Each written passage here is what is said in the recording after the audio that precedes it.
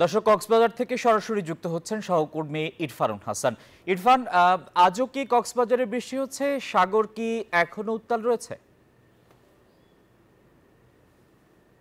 কক্সবাজারে আমি এখন যে মুহূর্তে দাঁড়িয়ে আছি এই মুহূর্তে বৃষ্টি নেই, তবে একেবারে সকাল থেকে যথেষ্ট পরিমাণে বৃষ্টি হয়েছে। সাগরের ঠিক একেবারে কিনারায় আছি। কক্সবাজারে এই যে গভীর নিম্নচাপটি কক্সবাজার হয়ে যেটি গিয়েছে, এটির ফলে কক্সবাজারে ইতিমধ্যে 2 জনের মৃত্যুর খবর পাওয়া গিয়েছে। কিছুক্ষণ আগে কক্সবাজারের রাম উপজেলায় একজন বজ্রপাতে আহত হয়েছে, তবে তিনি নিহত হননি। তবে গতকালকে মহেশখালীতে একজন পানিতে ডুবে মৃত্যুবরণ করেছে এবং আজকে একজন বজ্রপাতে মৃত্যু হয়েছে কক্সবাজারের চকরিয়ায়। এবং উপকূল জুড়ে যে এলাকাগুলো রয়েছে সেখানে যথেষ্ট পরিমাণ ক্ষয়ক্ষতি হয়েছে, বিশেষ করে মহেশখালী, কুতুবদিয়া এবং রাম উপজেলা সহ চকরিয়া সহ বিভিন্ন এলাকাতে যেখানে আসলে অরক্ষিত বেড়িবাঁধ রয়েছে সেখানে যথেষ্ট পরিমাণ ক্ষয়ক্ষতি হয়েছে।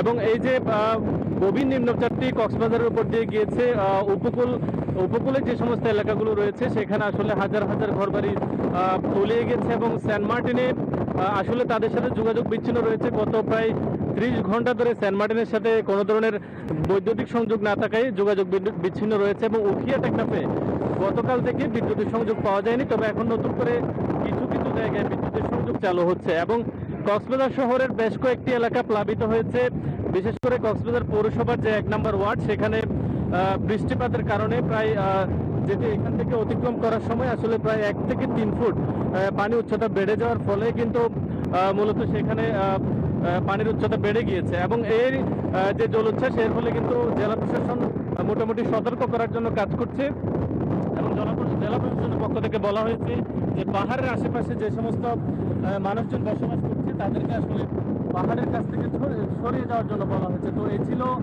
কক্সবাজারের আবহাওয়ার সর্বশেষ আপডেট। ফিরে যাচ্ছে স্টুডিওতে।